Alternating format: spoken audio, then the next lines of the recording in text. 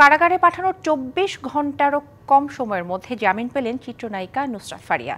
সকালে ঢাকার সিএমএম মোস্তাফিজুর রহমানের আদালত তাকে জামিন দেয়। মামলায় বৈষম্য বিরোধী আন্দোলনের বিপক্ষে অবস্থান নিয়ে আওয়ামী লীগের অর্থ যোগানদাতা হিসেবে আসামি করা হয় ঢাকাই চলচ্চিত্রের এই নায়িকাকে। তাকে গ্রেপ্তারের পর থেকে উঠে সমালোচনার ঝড়, বিবৃতি দেয় এনসিপি সহ অনেকেই। অন্তর্বর্তী সরকারের সংস্কৃতি উপদেষ্টা এনসিপি সহ নানা শ্রেণী পেশার মানুষের তীব্র সমালোচনার মুখে বৈষম্য বিরোধী আন্দোলন কেন্দ্রিক রাজধানীর ভাটারা থানার হত্যা চেষ্টা মামলায় গ্রেপ্তার রূপালী পর্দার নায়িকা নুসরাত ফারিয়ার জামিন মঞ্জুর করেন আদালত। পুলিশের প্রতিবেদন সাপেক্ষে ২২ মে পরবর্তী শুনানির দিন ঠিক থাকলেও মঙ্গলবার সকালেই ঢাকার মেট্রোপলিটন ম্যাজিস্ট্রেট মোস্তাফিজুর রহমানের আদালত আসামি পক্ষের আবেদনের পরিপ্রেক্ষিতে তারই জামিন মঞ্জুর করেন।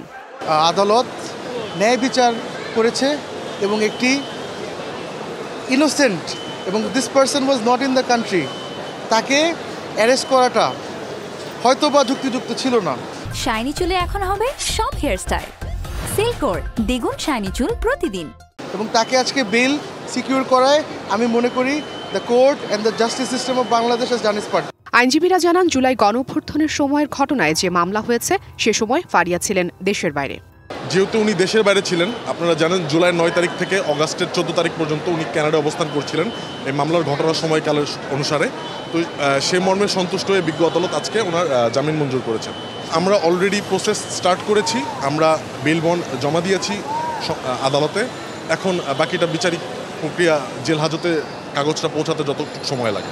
গত 18 মে থাইল্যান্ড যাওয়ার সময় ঢাকার হযরত শাহজালাল আন্তর্জাতিক বিমানবন্দরের ইমিগ্রেশন পুলিশ তাকে আটক করে ভাটারা থানায় হস্তান্তর করে।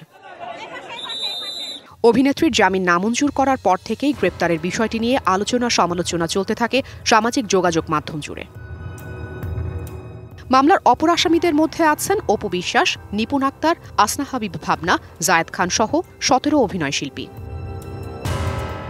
Afrin Anwar, DBC news, Dhaka.